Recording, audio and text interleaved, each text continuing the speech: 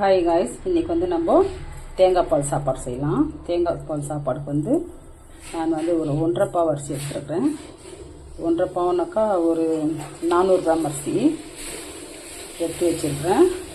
ஒரு தேங்காய் உரிச்சு நான் ஃபுல்லாக திக்காக பால் எடுத்து வச்சுக்கிறேன். இப்போ நம்ம வந்து எப்படி செய்யலாம்னு பார்க்கலாம் வாங்கம்மா.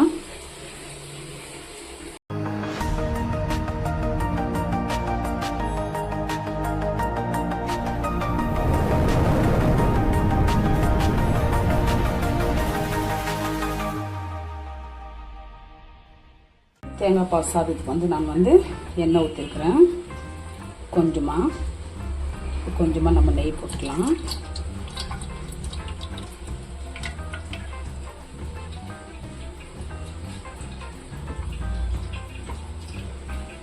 நெய் போட்டாச்சு.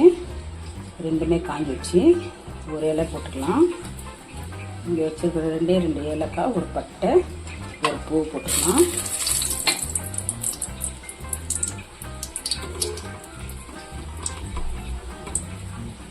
இது கூட வந்து கேரட் வச்சுருந்து பட்டாணி,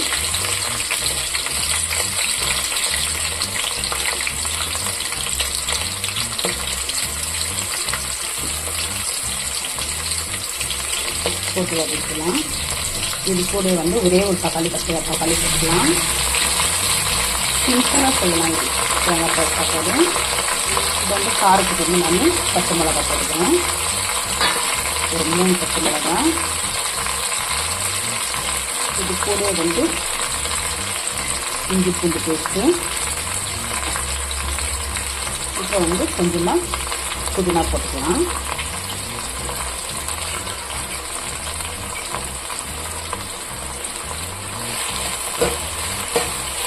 கொஞ்சம் நல்லா வதக்கலாம்.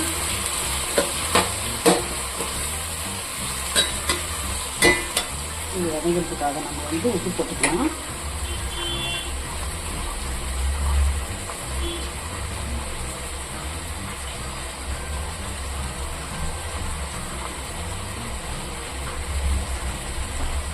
உப்பு போட்டு கொஞ்சம் வதக்கிட்டேன் நல்லா. இப்போ வந்து தக்காளி காய் வந்து நல்லா வதங்கிடுச்சு. இப்போ வந்து நான் இந்த கிளாஸில் வந்து நான் 1.5 கிளாஸ் அரிசி எடுத்துருக்கேன். நம்ம வந்து இதே கிளாஸ் நம்ம 3 கிளாஸ் நம்ம தண்ணி ஊற்றுவோம். நான் வந்து 3 கிளாஸ் தேங்காய் பால் ஊற்றுறேன்.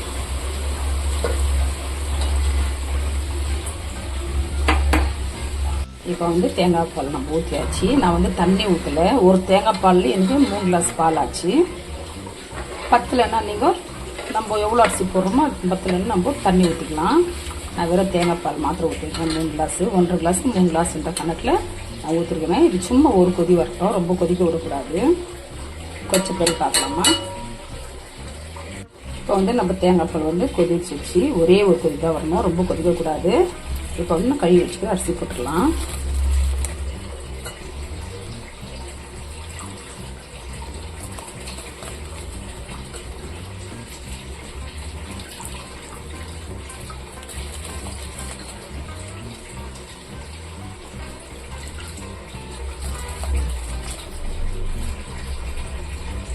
வந்து கழுவி வச்சுட்டு அரிசி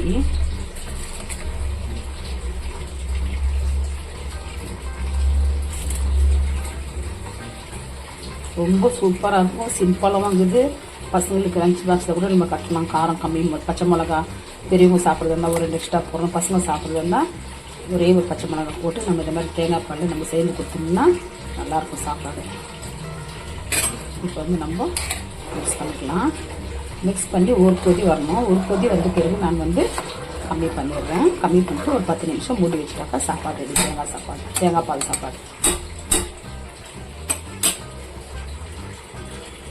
நம்ம தேங்காய் சாப்பாடு வரும்போது ரெடி ஆகிடுச்சு. இப்போ நம்ம ஒரு மிக்ஸ் பண்ணி விட்டுடலாம்.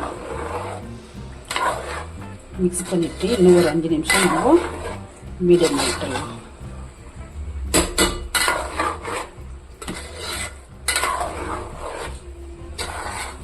ஏன்னாக்கா இன்னும் கொஞ்சம் தண்ணி இது, அதனால நல்லா குழஞ்சி இருந்தாக்கா ரொம்ப நல்லாயிருக்கும்.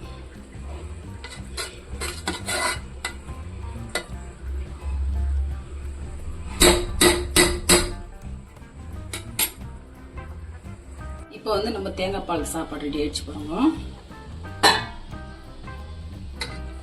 சூடாக நம்ம தட்டில் போட்டுக்கலாம்.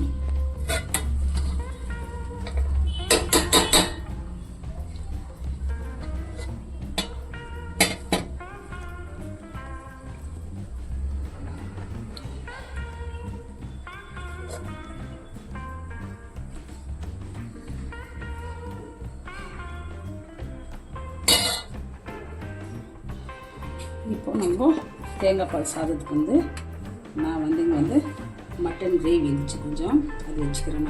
நம்ம இஷ்டம் எதுனா நம்ம கிரேவி பண்ணி நம்ம இந்த தேங்காய் பால் சாதத்துக்கு ஒரு நம்ம சாப்பிட்டோம்னா ரொம்ப சூப்பராக இருக்கும்.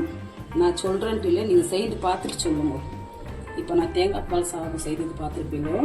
இதோடு இந்த வீடியோ முடியுது. நெக்ஸ்ட் வீடியோவில் பார்க்கலாம்.